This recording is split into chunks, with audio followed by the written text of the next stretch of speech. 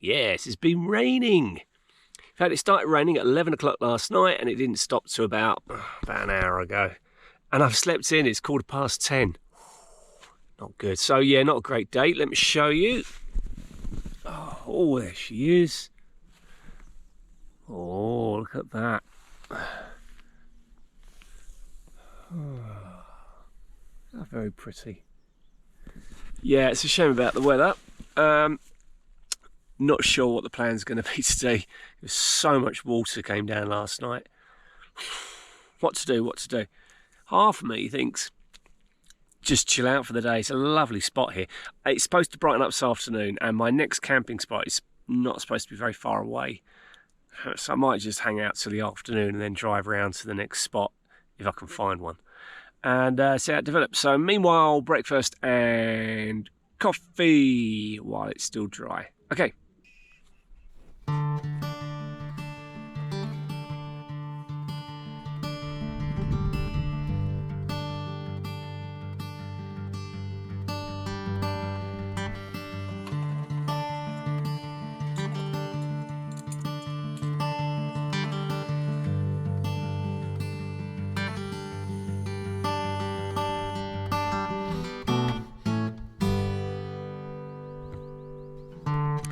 Well, it's 2 o'clock now. It hasn't cheered, well, it's cheered up a little bit, but not a massive amount. I've made a commitment to stay here another day. So while my lunch is rehydrating and my coffee is cooling down, I thought I'd give you more of a treat with the motorbike, because that's really what this whole thing was about motorbikes and Mongolia. So I'm going to do just a very short review on the Shineray 150. Here you go. Hello there, good people, and welcome to a bike review. Slightly different to the other reviews I've done, and this one is off the Chinese-made, there she is, Shineray, and it's a 150cc. Now, why would I be reviewing this bike? The reason being is I've come out to Mongolia for a 2-week adventure, and I've hired this bike, and I'm halfway through, so I thought today would be a great day to tell you how I'm getting on with it and what I do like about it and what I don't like about it. So let's go and have a look.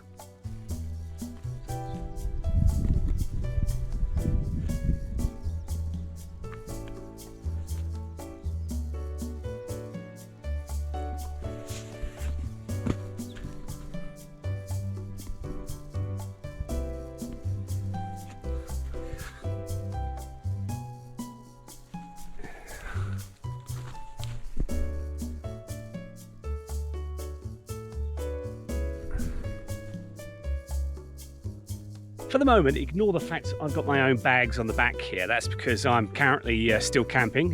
Here's my tent. And I'm not going to take them off because it's too much effort, quite frankly. What can I say about this bike? Well, firstly, I hired the bike, and I've hired it at €13 per day for 2 weeks. So that's dirt cheap. Not much at all. Now, this bike is made in China, and if you buy one of these as a Mongolian, it will cost you $800. So the good news for me is that if I happen to break it or it gets stolen, I've only got to come up with $800 to replace it. That's not bad. However, the bad news is that, well, it's an $800 bike, and you kind of get what you pay for. The first thing I noticed when I picked this bike up, I just took it for a little test ride, is that it's got a drum brake on the back. You know, that's not unusual, but the front is also a drum brake, and this front brake is rubbish, utter rubbish. The back brake is actually far superior. I tend to use that a lot more. So the stopping ability is awful. I've driven it now on tarmac for good 300 kilometers now, and it rattles like mad. It's all through you. I've been driving it really no more than 40 miles an hour. I'm sure it will go faster than that. I can't be honest with you, I wouldn't want to do it. I'm worried the thing's going to break. So 40, nice steady pace. At least I know hopefully it's going to get me to where I want to go. So they're not built for speed or comfort. It has all your gear setup, but something very different, I've never come across before, is this whole switch thing, up and down here. When I first got on it, actually I didn't mind it. It's obviously 1 down, 4 up, neutral in the middle, but you could just use your heel to flick down, coming up through the gears. But where I've got my bags on the back now, it's pushed me slightly forward, so I'm back to how I'm used to, just having my toe on there. It's probably best that I stick to what I know. So that's pretty good. It also comes, as you see, all these big bars around it. And if you look around the back here, all of this here as well, under here, and for the my own bags, and they've got like a little, look under here, there we are. This here is for things to sit on, and I've seen lots of Mongolians driving these, and they've got massive things on the side, just these huge whatever they're carrying all the time. You notice I have padlocked it up with the crappiest padlock in the world, because the lady who owns the bike is very insistent that I keep it locked all the time. She's worried it's going to get stolen. Understandable.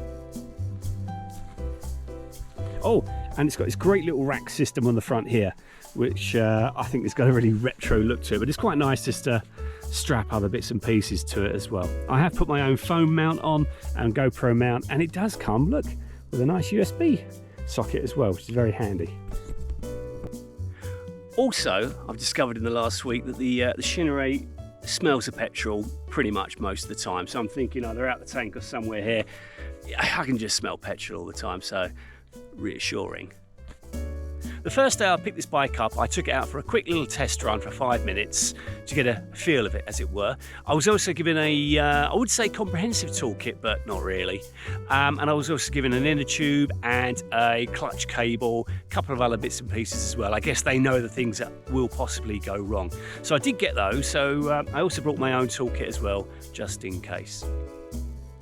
Now I believe this bike weighs about something like 120 kilos. This is the Mustang version, so it's got a slightly bigger tank. I think it's 13, 14 litres.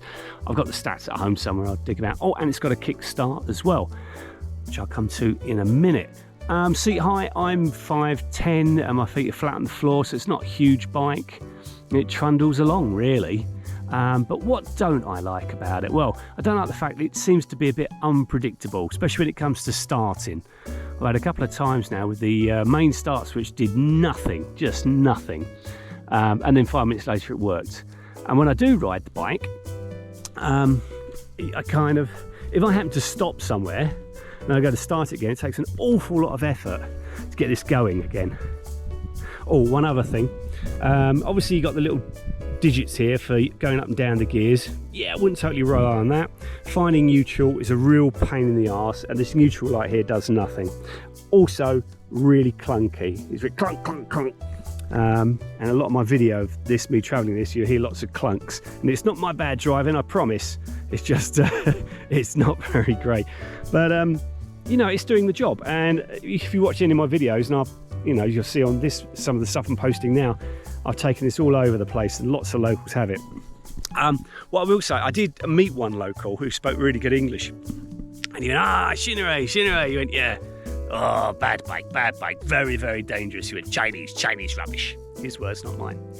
So there we have it. I'm actually going to see if it actually starts. It's been sitting here for 24 hours, lots of rain. Who knows if it'll start? Let's give it a go.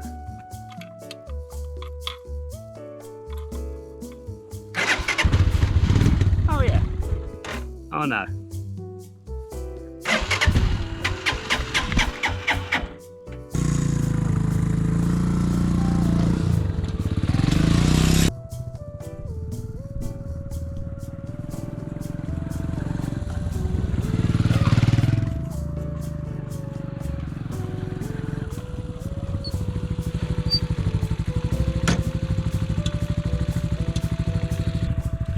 That's kind of, there you have it really. That's the Shineray 150. So what's the point of this review? Because you can't buy this bike in the UK. It's just it's a no-go because it won't pass health and safety and everything. But the point is, if you want to come out here and do some biking out here, 13 euros a day, it's dirt cheap. Haven't gone too crazy on it, well, a little bit. And lots of locals use them, and they're easy to repair, apparently. Hopefully I'll never have to experience that.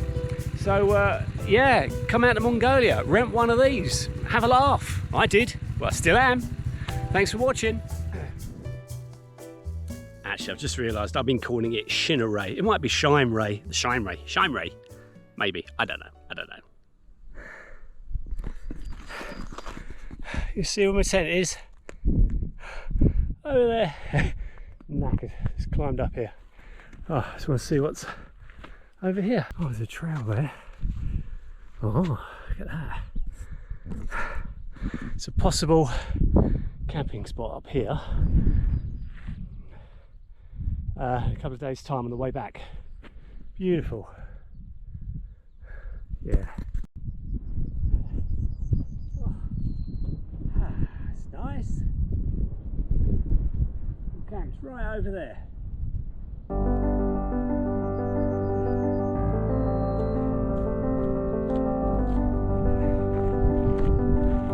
Very nice.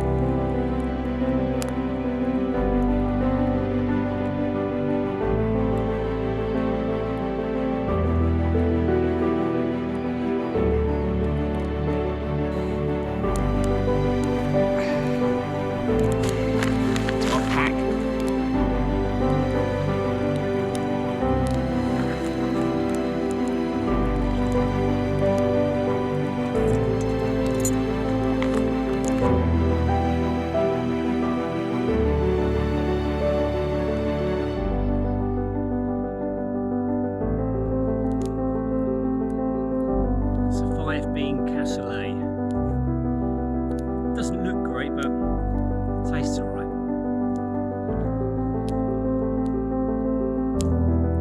Oh, bloody hell, I think I swallowed a fly. Well, let's get that cleared out. Well, that's the end of another day. Hasn't been the fun-filled biking day I thought it was going to be honest with you. But you know, you've got to have a day off every now and again. And today was the day off. The sun is shining. The sun is shining. It's about 7:30 and it's about to set. So I've just checked my weather report on my Garmin InReach Mini 2, which is a really good bit of kit. Yeah. And it says the next 3 days, a beautiful sunshine. So let's just hope they're not lying. And we can move on a bit and see some more stuff and do some more stuff. Until then, I'm going to sit down, have a coffee and listen to some music, I think, and that'll be lovely. Thank you for watching. I really do appreciate it. And I will see you hopefully in the next episode, which will be tomorrow. Till then, take care. Bye-bye. Oh, looks lovely. Why drive to the supermarket when you can ride your horse? Not good. It's okay. I go around? No? You get to see me from the front for a bit. Alright, hold on. Don't fall.